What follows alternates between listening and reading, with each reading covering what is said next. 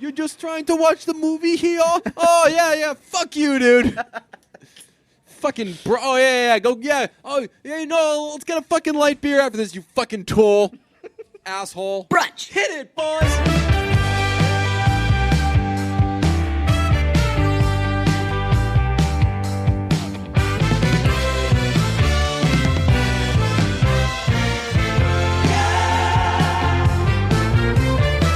Who's bringing the Bruntouchables, the Paddington Talk? It's RX Bar. Ooh! We want to get right into this 60 minutes Do of the Paddington read. Talk. No, you got to do the, it's RX Bar. You're not Are helping. you feeling I frumpy was when gonna you're do eating it. other bars? You're No. not helping. I was going to go right into it. But no, you podcasted for a minute. Let me do my fucking thing. You podcasted. Go. All right. Today's episode. Start again. Who's bringing the Bruntouchables, the Paddington Talk? RX Bar, which, if you're wondering, is a whole food protein bar. What does that mean? The bars are made with 100% whole ingredients. They want to be transparent and upfront with their customers, which is why they label the core ingredients, egg whites, dates, and nuts, on the front of the package, and the ingredients that make up the texture and taste on the back.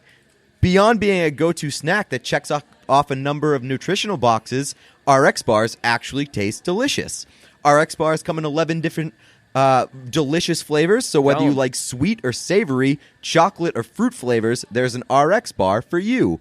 RX bars are gluten-free, soy-free, dairy-free, and have no added sugar, artificial colors, artificial flavors, preservatives, or fillers. Jeez. Woo! My favorite is probably the chocolate sea salt, and I know DJ loves his peanut butter ones for that paleo diet that he's definitely going to quit in like a week. In like 4 minutes. For our listeners, you can get 25% off your first order by visiting rxbar.com/brunch and entering promo code BRUNCH at checkout. That's 25% off your first order of RX bars by visiting rxbar.com/brunch and entering promo code BRUNCH at checkout. All right, let's get to the Paddington Talk. RX bars, it's nuts.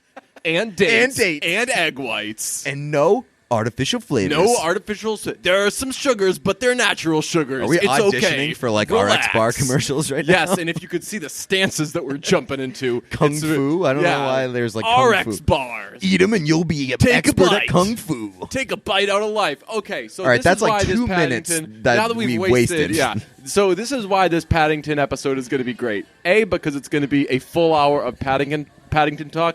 But B, because on the way over here, I thought of the best idea ever, which is this isn't just going to be a Paddington episode. It's going to be an episode about how we're doing a Paddington episode. That's pretty exciting stuff. So right now, I was thinking we could lay down some little teases for more Paddington talk that when we're editing the episode, we can drop in. So for example, like, you can say that again, Pete. More Paddington talk starts now.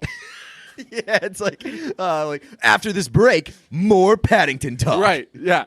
After a brief moment of podcast identification, we'll get back into the Paddington talk on brunch. Yes. I love that idea, actually. Right. That's a great idea. So if it takes us a few seconds to think of them, that's fine. The only one I thought of was, you can say that again, more Paddington talk starts now. And we've got to do it in these very voiceover. Radio. Yeah, because I don't want it to be confusing. If you say a little joke and then it sounds like I'm saying, you can say that again, Pete, and then people are like, wait, what's going on here? We'll circle back to that later, but we got to take a quick little break, and then when we come back, more Paddington talk. So stay with us, folks. Having a bear of a time? More Paddington talk up next. You're listening to Pete and the Dave. Every morning, Monday through Friday. No frumpy talk, but Paddington talk. Now we're just doing liners, which I think is a little great. Okay. Hey, this isn't Paddington, but it is Paddington talk. Can't bear to stand another work week? More Paddington talk on the way. Put down that pop-up book. More Paddington talk starts now. I, Hugh, grant you one wish. More Paddington talk. That was sweet like marmalade. More Paddington talk starts now. You always have the exact same one. More Paddington talk. Yeah. It's next. Ooh, let's run back that Paddington talk. And that'll be when if we have like a nice little like banter or something and a little volley, we'll just replay that segment. Let's get into actual Paddington talk. Are you good? Yeah, but I feel like if we think of more, we can should do 'em just drop on the fly. them in. Yeah. So you saw Paddington 2. You loved it, I and absolutely loved because it. you had seen Paddington, you'd seen Wind River and loved it, and I was like, I'll see it later. Two wildly different Yeah, movies. I was they're like, linked. maybe I ought to start listening to My Pete's, recommendations. yeah, like because you knocked it out of the park on Wind River, Right. So I went to see Paddington 2, and someone is 2 for 2 because I love that movie as well. Yeah, baby. That was great. There's not a lot of movies that I like. We watch movies all the time. There's Yeah. not a lot of movies where I get out of the theater and I'm like, all right, I gotta fucking tell everybody must- that yeah. I know that they have to see that movie, especially when like that movie is already getting a shitload of hype because Paddington 2 is getting a shitload of hype. 100% on Rotten Tomatoes. Yeah. Even that fucking guy, the guy who shat on Get Out, that was like, well, I don't get it. Someone's got to be the one who hates it. I know there's always Even that guy. there's always yo, like the Paddington 2, counterculture That person shit don't miss. Yeah. that just like wants attention, so they give it a shitty review. Even those people were like, fuck, that movie's too good. After further review, let's get back into the Paddington talk. So, yeah, what'd you think? I loved it. I thought that it was just aesthetically a great movie, Yeah. but they didn't overdo it. There were a few shots where, like when he's got the soot in his face and he wipes it off, that looks really cool to the eye. There are a lot of scenes where like the graphics were just, the visuals were just amazing. There's so much London porn. But they no, but I'm saying like with like the hair of the bear Oh, okay, and like okay, like yeah. all the computer shit. But they were smart enough to not overdo it. It was for sure London porn. It was. Yeah. The first one was too. So I went back and I watched the first one. That's how much I like. So I went into Paddington 2 blind. Yeah. Like I didn't even. Well, first No of one all, had like spoiled it for you, I didn't realize that Paddington 1 existed until Paddington 2 came out. and all these motherfuckers were talking about Paddington 2 left and right. And you're Well, like, it wasn't even that. Like I'd seen Paddington 2 trailers and I was like, this movie looks like a fucking joke. Was there even a Paddington 1? So it just looked like a shitty kids movie. so you from the thought going trailers. into it was going to be bad? Well, because I was gonna say I you knew must like have there seen was it for a some reason. buzz. Oh, right. Remember I told you Right. that like there was some buzz, but I didn't Streets fully was talking dive in about Paddington. Yeah, so when I saw the trailer initially, I was like, that looks like a shitty kids movie, and I didn't even remember the first one. But I guess I was ignorant because that's like a 98% on Rotten Tomatoes. Let's first talk about Paddington. Everyone knows that Paddington Bear is a thing. I don't think anyone fucking knew anything more than that. Like, I don't know if it was books. I don't know if it was a fucking TV show, what it was. I could have properly guessed that it was set in London because Yeah. who the fuck is named Paddington? No, the whole thing is London porn, like yeah. from the shots to all the names. Which actually is probably Phoenix better than Buchanan? actual porn from London, I would imagine. Oh, definitely. Yeah. And nobody wants I would to watch much rather watch British that. porn. Although, if Sally Hawkins, is she British? Oh, I think so. Like, I don't think they would cast anybody in this movie who's not Because British. Shape of Water then might be... Except for, what's his name? Gleason? He's Irish, right? Donald Gleason? Yeah, was he in Paddington? No, his or was he in father. the first one? His father's in Oh, he's the Chef haircut. Knuckles. Oh, he is? Yeah, Who that's is- what's that Donald guy's- Gleason's what's that dad. guy's name? James Gleason or something? Is he... He's famous. He plays Mad Eye Moody in the Harry Potter movies. Oh, Jesus. I don't even know what you just said. Brendan Gleeson. Oh, I've heard that name before. It's that's Donald Gleason's dad.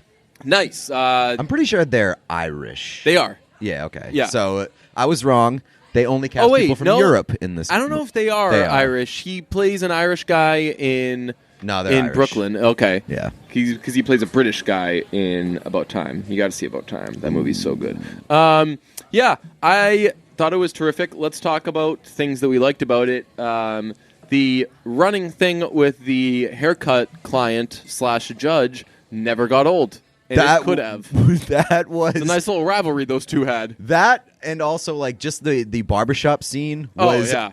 That was like the turning point for me, where I was like, I'm gonna fucking enjoy the shit out of this movie. As soon as he turned on the clippers and did the the bouncing vibrations, and like the Paddington's face was just like in complete shock, I literally laughed out loud for about 5 minutes. Now, listeners, in case you haven't seen Paddington 2, Paddington is doing a little work. He's sweeping up around a barbershop, and he's the only person in the shop at the moment. A customer walks in, demands that a bear who tells him, I am not a barber, give him a haircut, sits down, immediately falls asleep, which is a thing that apparently people do at a barbershop after they've entrusted a bear who has told them, I am not a barber, to cut their hair. If there's one thing that I have to criticize about the Paddington world and series, there's just like not enough people being surprised that a talking bear is living amongst humans in the world of London. We'll get to that for sure. So Paddington cuts his hair, does a bad job, isn't a barber, don't know what the fuck you could have expected. He's a fucking bear, and he goes all around the store. It's a very whimsical thing. Another scene where just everything digitally looked great. But this guy who walks in, falls asleep, demands a bear cut his hair.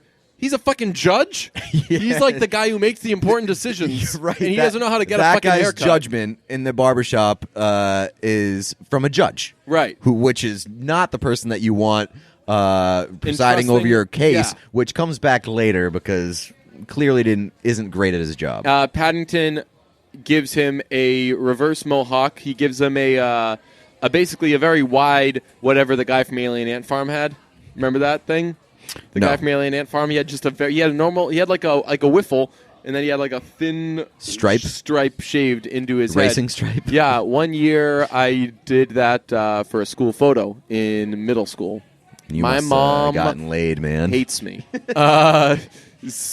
Presently. Yeah, and when Paddington fucks up, because he's a bear who doesn't know how to cut hair, takes a handful of marmalade and just puts it on the guy's head, and he's like, ugh, maybe you won't know the difference. Like literally every solution in both of these movies is just, hey, how about some marmalade? Yeah.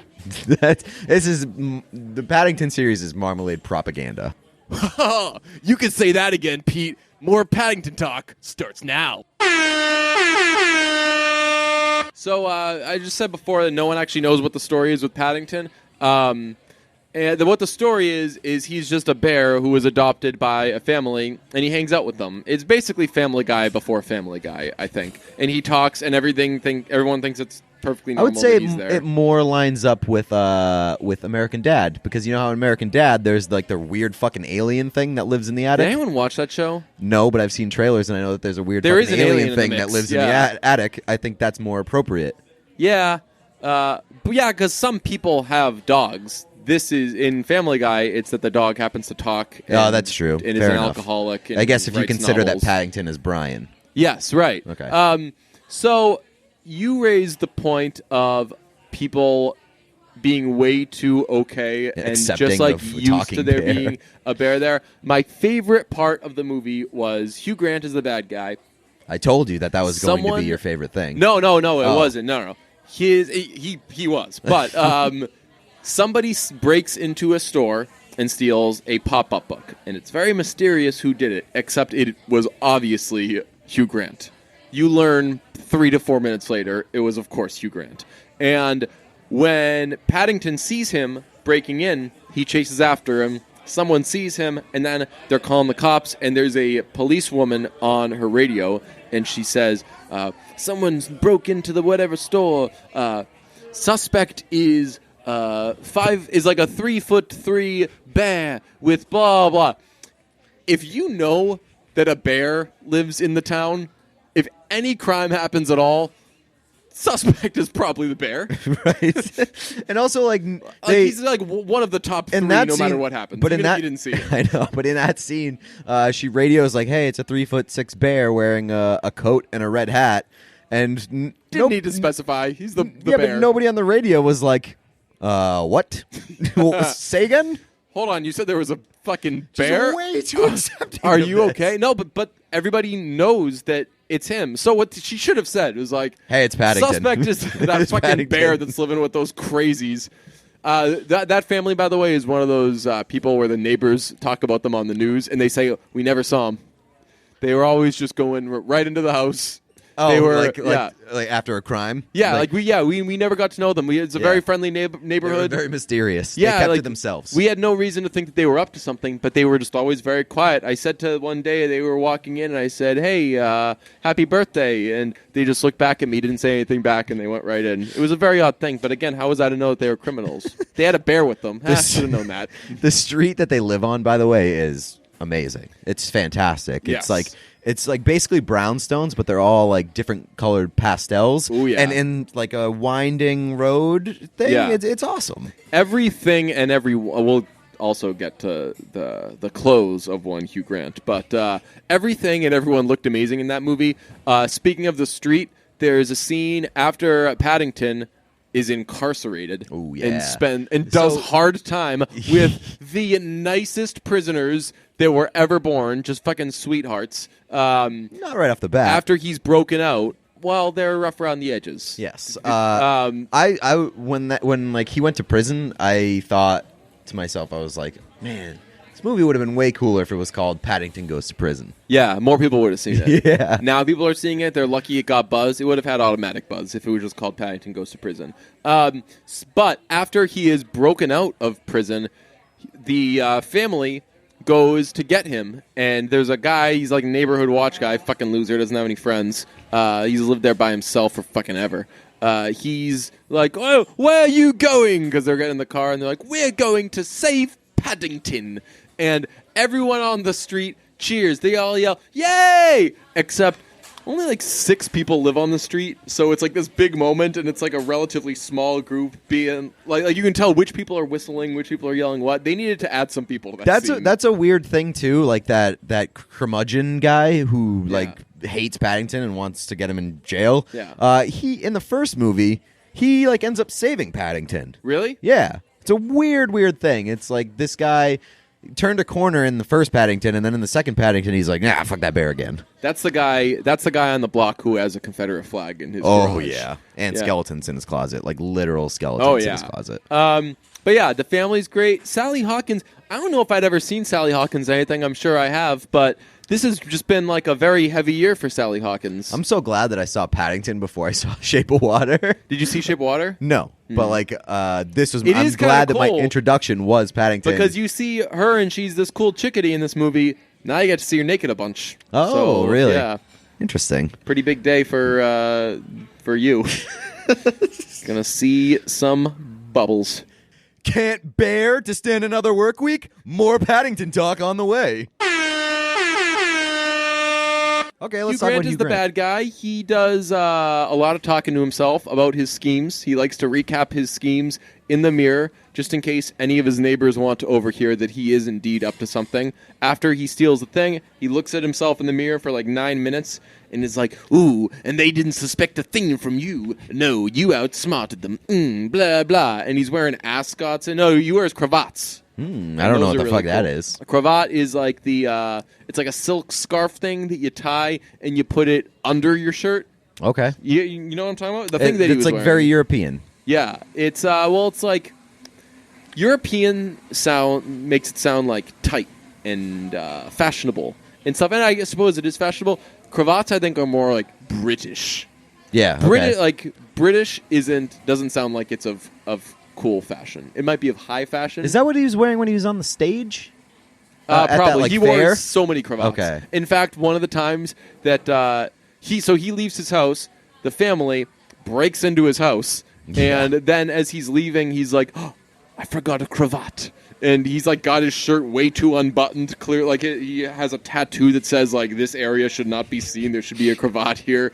And he runs back and gets it. And then he catches the family. Spoiler alert. Yeah. But no, he wore a lot of cool colors. He wore like a lot of lime greens and a lot of pinks. And he was your favorite villain. He was like a very flamboyant. He was villain. flamboyant. He didn't jump around enough. He didn't like prance. There was the scene on the train where they're going up and down. They're going up and down through the cabins of the train. I was like, this is where we fucking make our money. They're going to be, because they're running back and forth. Maybe he'll leap a bunch. That scene was incredible. There was like a lot of, they were doing a lot of like the Breaking Bad shots of him. So like he would just like be standing there and walking slowly, and they would shoot it from the ground up. And here's this fucking badass with a fucking cravat on.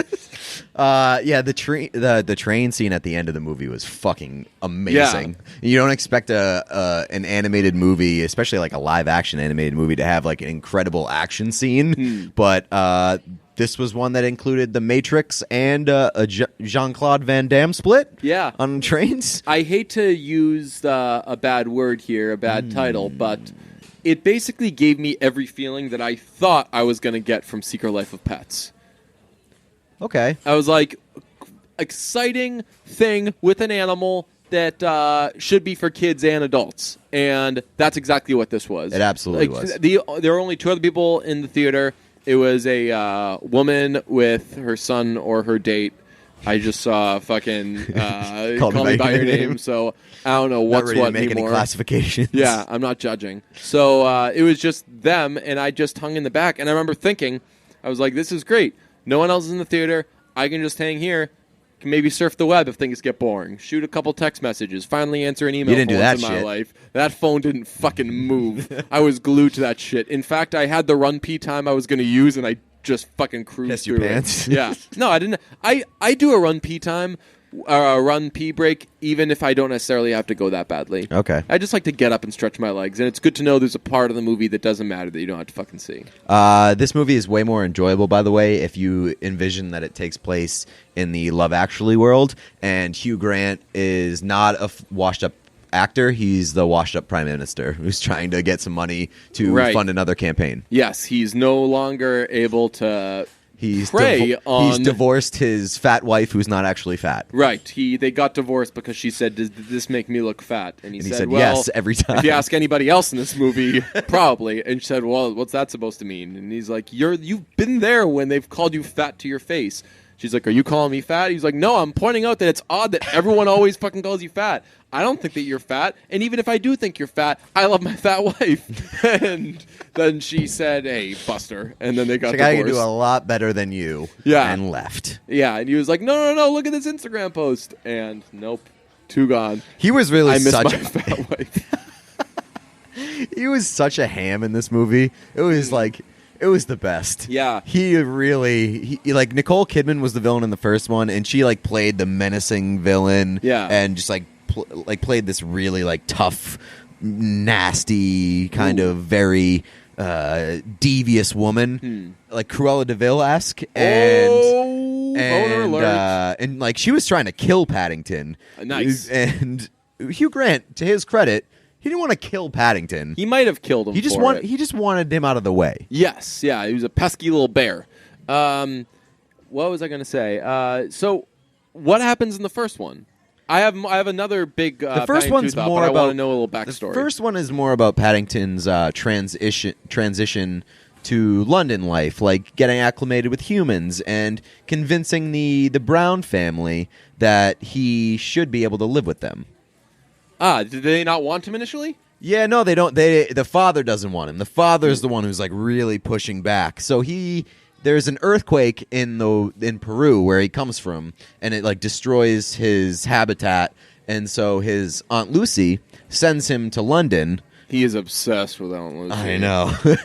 She sends him to London to find a family to live with. And so he's just like looking for a family. The Browns are like, hey, you can stay with us for one night and we'll help you find a new family. And then he eventually convinces them that he's like a great person. Does Aunt Lucy tell Paddington when she sends him to London to find a family?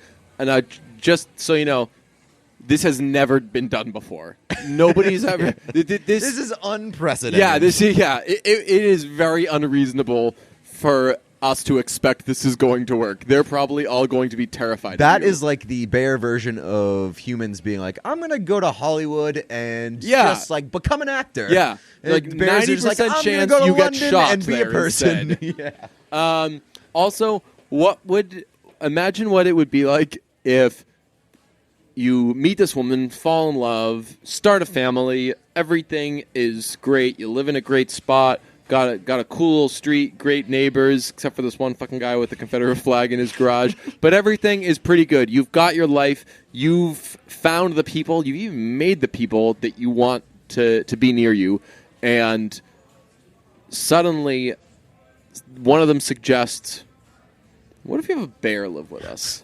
And you're like, no, And no fucking way. And then And you're painted everyone to be the villain. and then everyone, your wife, your kids are all like, yo, we want to live with a bear. How much would that fuck you up? It would be like finding out that especially because in the first one, like he fucks up a lot in the first one. He almost destroys their house. Well, he's Zac Efron in Baywatch in Paddington 2. I can't imagine what he's like before he learns how to live with people. Right. And the first night that he stays with them, he basically floods the entire house. And then like a week later, he almost sets it on fire. So like they gave him a very long leash. Yeah, that would be the most jarring thing in the world. It would be like, I don't know, if like one of your friends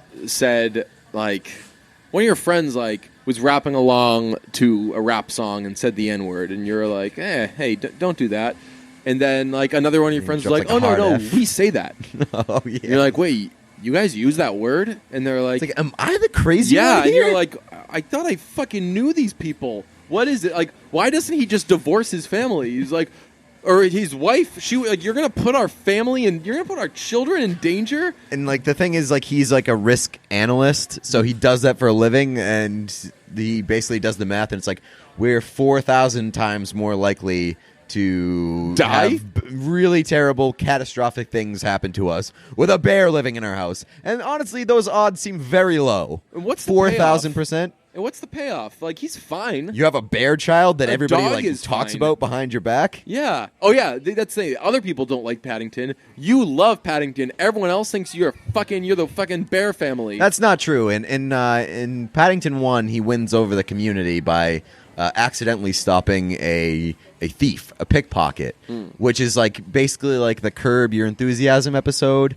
With his shoelaces. Yeah, where he trips on his shoelaces and takes down the drunk guy berating the flight attendant. Oh, yeah. It's basically a much more drawn out version of that, where he tackles a pickpocket, and then everybody loves him. But he doesn't mean to tackle the pickpocket? No, he's actually trying to give a wallet to the pickpocket. Okay, so he's enabling a criminal. So that should give everybody all they need to know. Like, thank God that worked out okay, but he accidentally just he fucked up a person, yeah. and he didn't even mean to do that. Also, so how's he going to act to other people that he doesn't mean to? Also, harm? I'm pretty sure that pickpocket who he got sent to prison is in the second one in prison, and he's one of the guys that breaks out with them. So Paddington got him sent to prison, and then later helped him escape. Interesting. It's so fucked up, but so in the second one, the prison people befriend Paddington, and they help him break out of prison. They do a lot of good things. They're shown to have good hearts. Yes. And I thought that was a little problematic. At the end, I wish they did one of, like at the end of that thing you do when it says like Guy and Faye married and did this, blah blah, and they say like what happened down the road.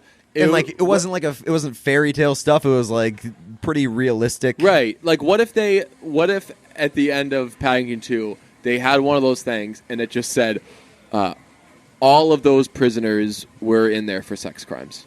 Oh God! Like Knuckles. Knuckles. You just later, fucking rooted for someone who fucking touches kids. Knuckles, you fucking asshole. Later brutally murdered an entire family of 4 and was sent back to death row. Right. The Brown family were charged with accessory to murder. Yes. Yeah, I thought that the whole prison thing was just a little bit problematic. It was on a fine line that should not be presented in a kids movie. Yes, like if that were an exactly. adult movie, you'd be like, man, it got me thinking because there are good people in prison, right? Of course, but like kids can possibly come away from Paddington 2 being like, hey, prison looks like a pretty good time. Yeah, right. Yeah, if you get to the right prison. Yes, with the exactly. right people. Right. Just cross your fingers. Like A, they have to catch you. Who knows? B, you could end up in a good prison. Like whatever. Like if you play your cards right, you can turn a prison into like a happy-go-lucky restaurant. Yes. Where there's like flowers everywhere. A burgeoning culinary career. Yeah. That was just a little bit off the mark for me. Yeah. But I think the overall message there is like, hey, there's good in everyone if you look for it. Don't judge a book by its cover. Speaking of the justice system, I was reminded of how much I love British courtrooms. They're very dramatic. They put It's basically the like a defendant- stage. They put the defendant in the middle of the room with a fucking wall around him, and you just gotta fucking sit there. You are the center of attention. This is all about you. And in case you're thinking maybe it's in a good way, the wall's got little spikes on top of it. It's way more of a You can walk out of theatrical it, production. but, yeah. I thought that the court scene where the part where he was like, "Hey, so Mr. Phoenix, but played by Hugh Grant, are you sure that this was Paddington? Let me remind you, your answer is 100% going to determine whether or not he goes to prison or not." And that's coming from the judge. Right. That's supposed to be your job, pal. I know. In case you might want Paddington to go to prison for Here's your opportunity. Here you go, buddy. Yeah, it was great. One issue I had, there's a dramatic scene after the train scene. There's a lot of this is way too much for a movie that I absolutely love. There's a lot I don't of want this here's to be a problem. we're railing on it thing, because I'm not railing on this movie. I have no problems with the movies. I've got some notes. But that's kind of what we do. We overanalyze things. Exactly.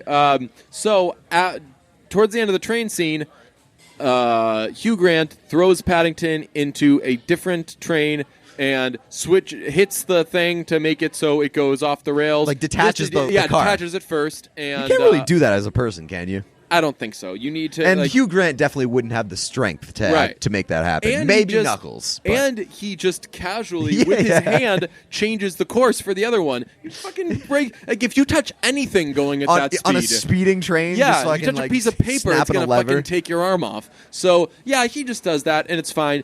And Paddington hits the end of the tracks and goes into the water. The whole thing's in there, and then Sally Hawkins jumps in to save him. She's practiced swimming in The Shape of Water. And the door is locked, so he's stuck in the cabin, and they can open it a decent amount, but not all the way. And they're looking at each other, realizing, well, Paddington's going to die. That's one of two options he has. He has die or just swim through that, because it's definitely open enough, and they just completely overlook that. I don't think so. I don't think it was open enough. It's it's not all. I can't. I might maybe nudge up against the wood a little bit if I try to get out. Just fucking get out, man. I don't think you can hold it against the movie, because one of the most highly acclaimed movies of all time, The Titanic, the crux of that movie was a scene where there was clearly fucking room for two people on that door. Oh, yeah. And Rose was just like, nah, I'm good. I need my space. I think, though, if I were Jack, if you're that close to dying, I'd for sure be the person that would just be like, all right, I'll just die. If you're that close. Right. He kind of just he just gave up. Yeah. But good on you, Jack. From the beginning, Rose should have been like, hey, let's just see if this works. Rose has gotten everything that she wants, though. She's had money. She's been paid. Mm-hmm. Those checks fucking clear, my friend. And then she gets got that D. And then she gets to have that good sex with the poor guy. Checks still clearing. Mom's gonna forgive her. And then she's got an out. No strings attached. Totally. And that should be in. And she gets to make him a hero. She gets to say, "Hey, you'll never guess what the love of my life." And then she makes a little face. She makes the Rihanna tosses her eyes up for a second, hey, you won't believe what the love of my life did to save me. She saw an out, and she Jordan, took I think it, his man. name was. I don't know. We'll circle back to that later, but we got to take a quick little break, and then when we come back, more Paddington talk. So stay with us, folks. One of the most impressive things about this movie is the fact that Paddington is such a likable character and so polite. That's his MO. He is the most polite. He's a polished bear. Has the best intentions in every possible scene. He is the light of everyone's life, but it's not obnoxious and it's not overdone. Where to the point where us as adults are like, ugh, this is so sappy and gross. To do that, they found the perfect sweet spot, I think. Yeah, but that's because we're good people. People around that town talk shit about Paddington. They're like, oh, he's good. Oh, yeah, I'm so sorry. I fucked it up. didn't do something right, you fucking idiot. You don't think that the fucking Irish people in that town shit all over Paddington every chance they get? I think all the Irish people in that town are in prison, as evidenced by Mr. Gleason. Yes, for violent sex crimes. But like Paddington is so gentle and fucking adorable, and it's just not at all nauseating for like a skeptic like me. Way to go, guys! Well, because he's a bear. Also, I mean, he is right. If that was a child, I'd be like, ugh, get this fucking person out of my face. He is quite adorable. Did you know that he wears his hat indoors though? Problematic. It's fine. Rude. Did you know that Paddington was originally supposed to be voiced by Colin Firth? That makes very much sense. Yeah, you think so? Yeah. But I think that I could see like that they would go ultimately, for him. It was way better off being like a younger person. Who was it? Yeah, was it just I think his name's Ben Miller. So it might as well just be the fucking kid from the most recent Spider-Man movie. Yeah. How come that didn't get any buzz? I think it did. That was a good movie. But like, it's one of 90,000 Marvel movies that came out last year, so it's on to the next one. It's marvelous. Marvel cakes? It's marvelous. I'm about to eat, I'm about to drink some wine.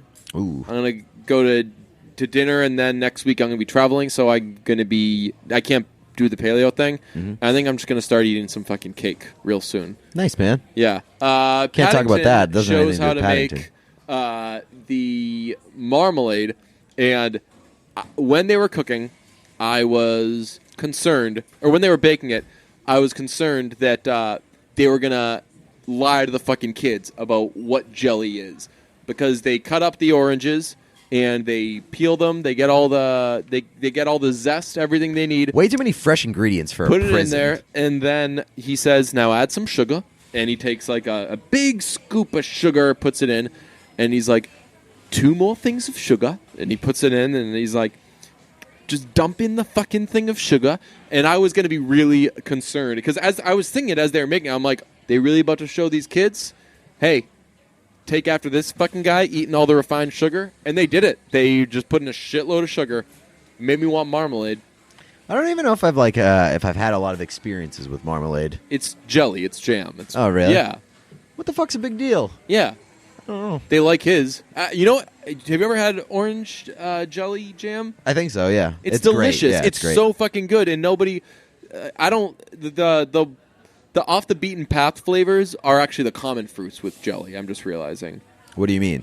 Like the common jellies are like raspberry, which you don't eat raspberries every day. Strawberries are very common. Yeah, grapes are common, I guess. You're wrong. wrong. But like apple. No, I'm saying like apples and oranges, which are the 2 most common things. Not high up on the jelly charts. But whenever you go to like fucking Friendlies or anything like that, they've got apple jelly for some reason. Apple jelly stinks. Yeah, but why would orange you ever pick jelly that? is so good. I'm about to go eat some orange jelly. What did you think of the band that frequently showed up in this movie? What was the band? Remember, just like there would be music playing, and then Paddington would be walking down the street, and then you would just see like a band set up in the middle of the street. Yeah. Like very out of place. Yeah. That's something that they carried over from the first one. There's a lot of carryovers from the first. Ooh, some Easter eggs for the good folks. In the second one, diehards. remember the guy who, when Hugh Grant was in his nun costume, yep, and the security guard was like, that was the prettiest nun that I've ever seen. What the fuck was that guy's problem? So in the first one, the dad, Mr. Brown, dresses up as a woman, a cleaning lady. Does this is probably my least favorite part of the first one. I mean, they did the old like, he dressed up as a woman gag. Right, so that's the thing. Like, I'm watching that, and I was like, oh, it's real funny, movie makers. The joke is that he was looking like a woman. Oh, they doubled down on that. The first one was... What's your problem, the security guard? The first one was way more, like, obnoxious. Live and let live, asshole. But in the first one, that same security guard was infatuated with Mr. Brown, and he was clearly a man. He's... that security guard is married, and he talks about... like everybody he sees being like, oh man, that's the most beautiful person I've seen, and you're like, oh yeah, she's really pretty, and he's like, oh man, what I'd give to do that. To be single again, and then and you're like, hey, don't say that shit. We all know Angela. She's one of our friends, and he's like, oh no, I love Angela. It's fine. And I don't know whether the joke is that this guy is He's just like attracted to men dressing like women. I don't know if I can't tell if the joke is like that guy's just like really fucking stupid and bad at his job and bad at being observational. Yeah. Or if it's like that guy is gay. Yeah. And he doesn't know it.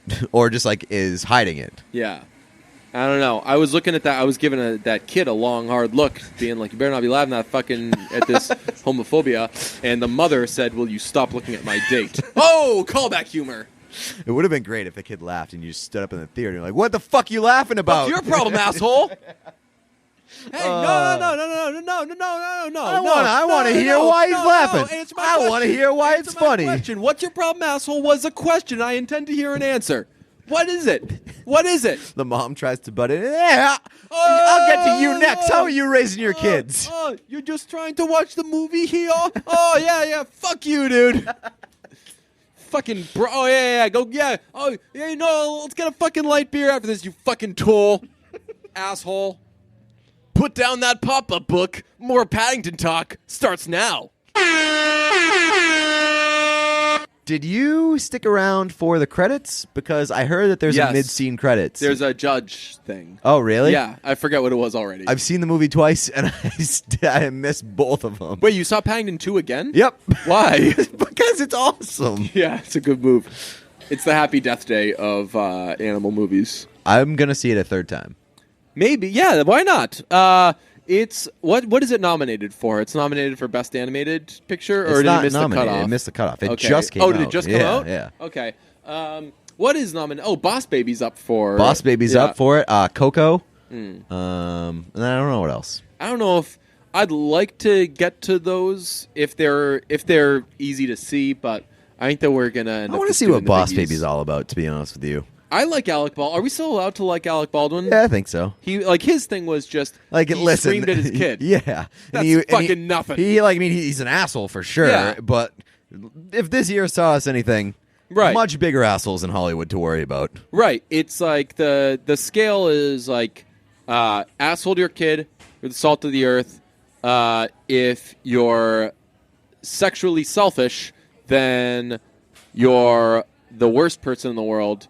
And if you're an actual sexual predator, then you're gay. Holy fucking right. Then you better say you're gay, and you're never going to act again. Yes. Yeah. What notes do you have? I wrote down the prisoners were the good guys. Know what they all did? That's right. They fucking murdered people.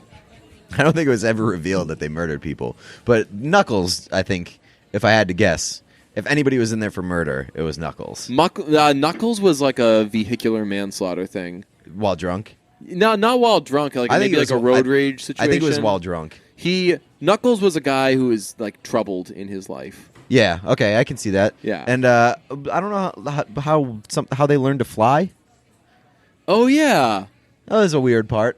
Yeah. Maybe.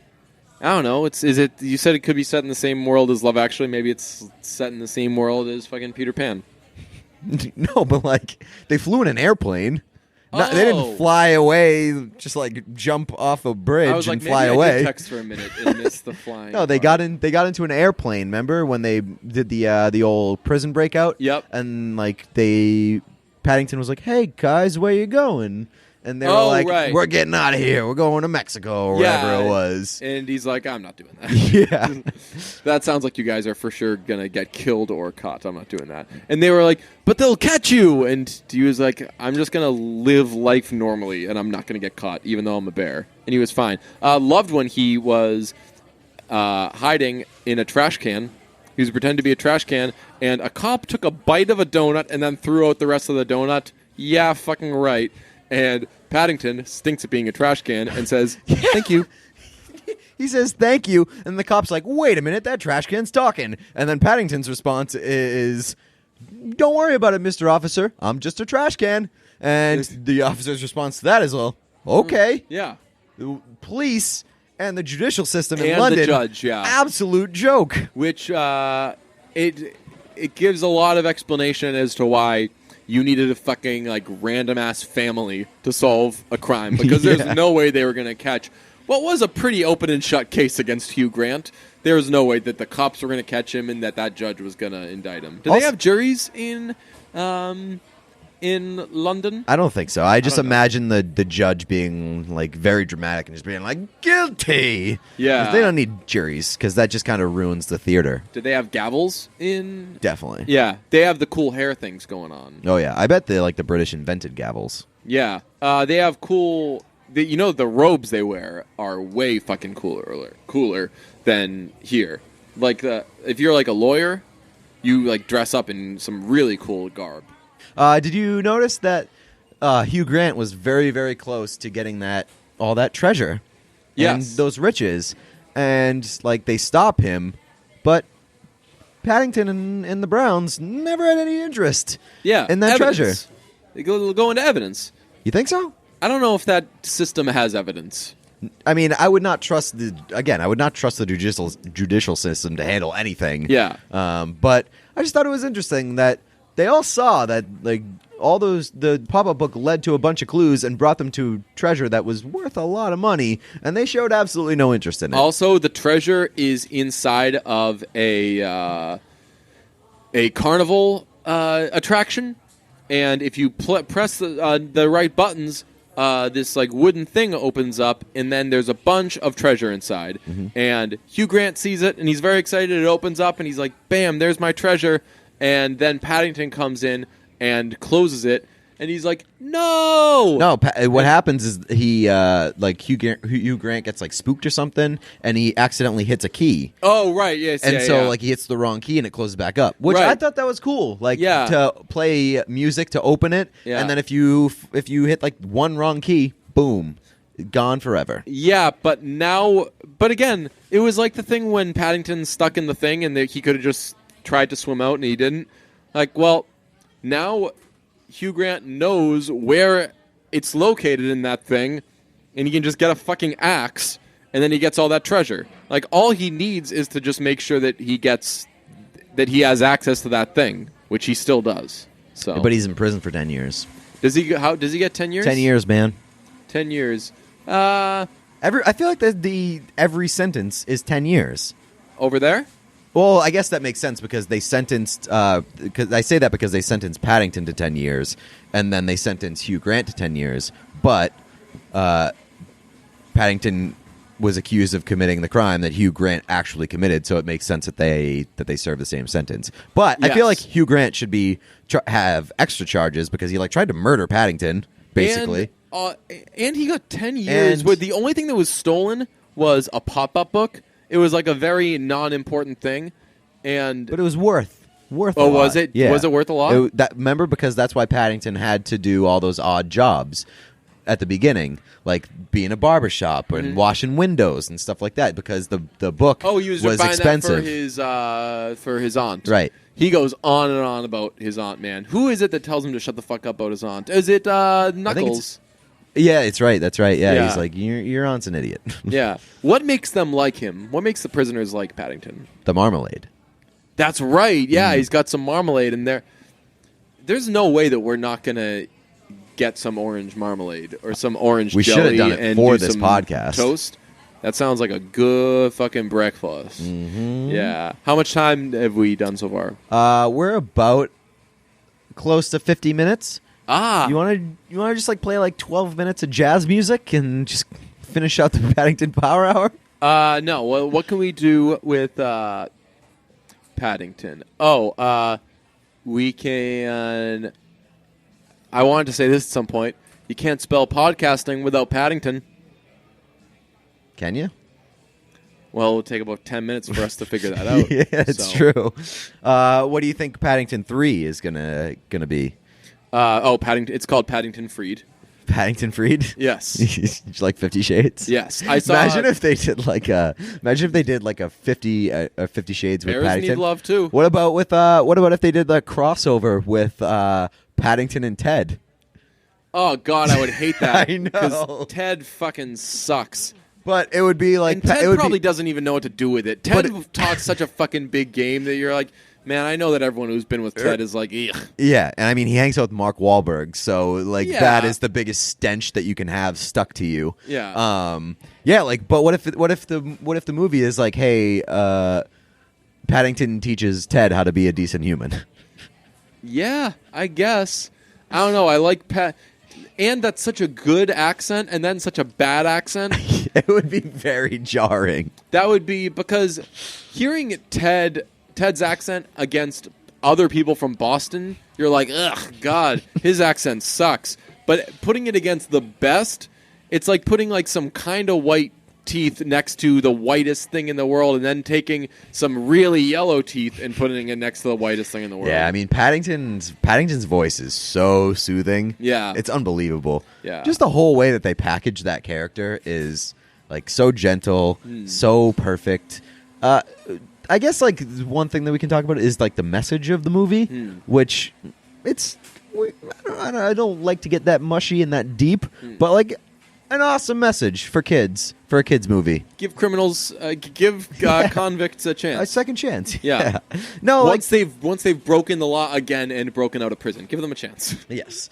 No, like I feel like they did it in like obviously the message is like, hey, there's good in everyone, and just like be polite to people, be nice, and like good things will happen to you, and people will realize the good in you. But like it wasn't done in a preachy manner at all. No, yeah, it was a very well executed movie. Even like the neighborhood that Paddington lives in, there's like an Indian guy, there's black people, and like it's a very multicultural melting pot. And like they don't call attention to that. Yeah, it's just like very subtle and not preachy, and I appreciate that, especially from a kids movie. Like they did a decent job, like being like, hey, the kids might be able to figure this out on their own. You know what else is cool? That was a kids movie that adults can enjoy, and they didn't do the thing because, like with Shrek and stuff like that, they do overkill with letting you know that this is one for the whole family. Yeah. That means you parents, sex jokes. Like this, they didn't need to say it. You know, right? There's no direct addressing their jokes. You'll like this, yeah. You know, right?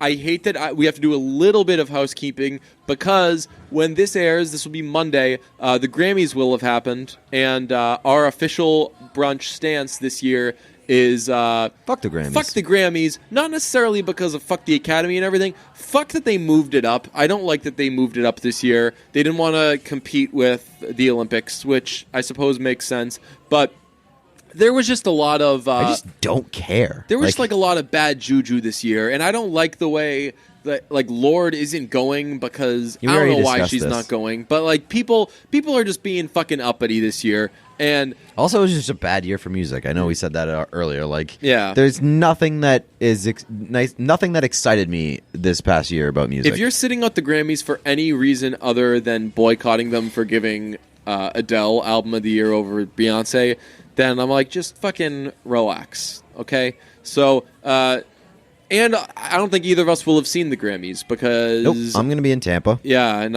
that's the night that I get to yap, as they call it. On the TV? Yeah. On the tube, as they would say? No, we don't have to do anything on Sunday, so I'm going to go to dinner. Ooh. And then I'm probably just going to see what Minneapolis is all about while everyone's inside watching the Grammys, so I'll have the whole city to myself.